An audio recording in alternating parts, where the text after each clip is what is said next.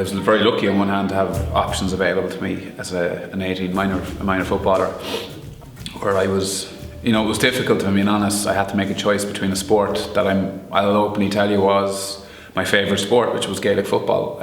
I became a professional rugby player, but I think Gaelic football was always the number one sport for me. I don't know why. I grew up with it. I went to a school where it was embedded into me. So it was a very difficult. People might have said, well, why didn't you keep playing it? But when you have your parents and you're looking at them and saying, well, I can pay for myself to go through college now. I have a scholarship. I have the potential to earn an income and living from this. It becomes a more difficult decision. It's not easy as a black and white decision. And I think at that point I decided that I wanted to become more independent. I think there's a huge difference between a minor footballer who might perhaps live in a city, and as you said, a minor footballer might live in Donegal and has to get a train, 3-4 hours of the training and then back, and then get their head to focus on studying or whatever it is they're doing the next day. No human can cope with that over time. It becomes unsustainable. It really does. Something's going to suffer, whether it's your academic, whether it's your sport, whether it's your life, your personal life, something will suffer. Are the support structures in place there? I think they're starting to be.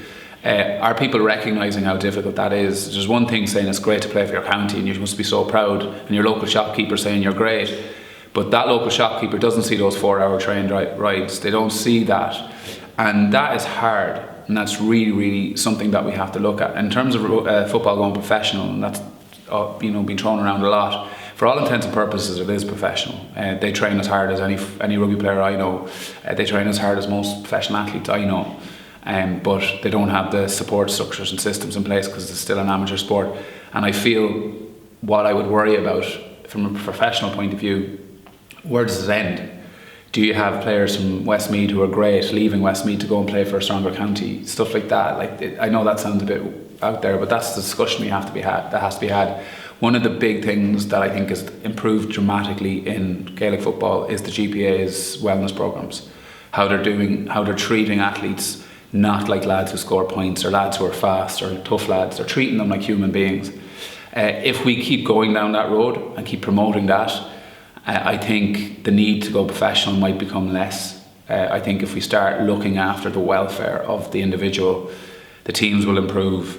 And I also think if the structures and resources are put in place, like I suppose they have for Dublin, Kerry and Donegal, the top teams, for the weaker counties, I think we'll start to see much more interest in sport. But I think it isn't a black and white discussion. And I do think from a Gaelic football point of view, it's an absolutely beautiful sport. It's and it has to stay that way. And at the moment, I think it's going through a slight transition. But I think the one thing we gotta put a lot of weight on now is the person. Is that 18-year-old studying physiotherapy in UCD, getting on a train on Tuesday night or Tuesday afternoon to get to Donegal, getting back on the next morning like a zombie after getting his arse run off him out on a training pitch, and then going back to it Thursday. We got to look at that. How could that affect the person? And all this bullshit you hear from the lads in the GA, my day, we did it. Bullshit. That's just not good enough anymore. Look after the individual, look after the human being, and Gaelic football will thrive.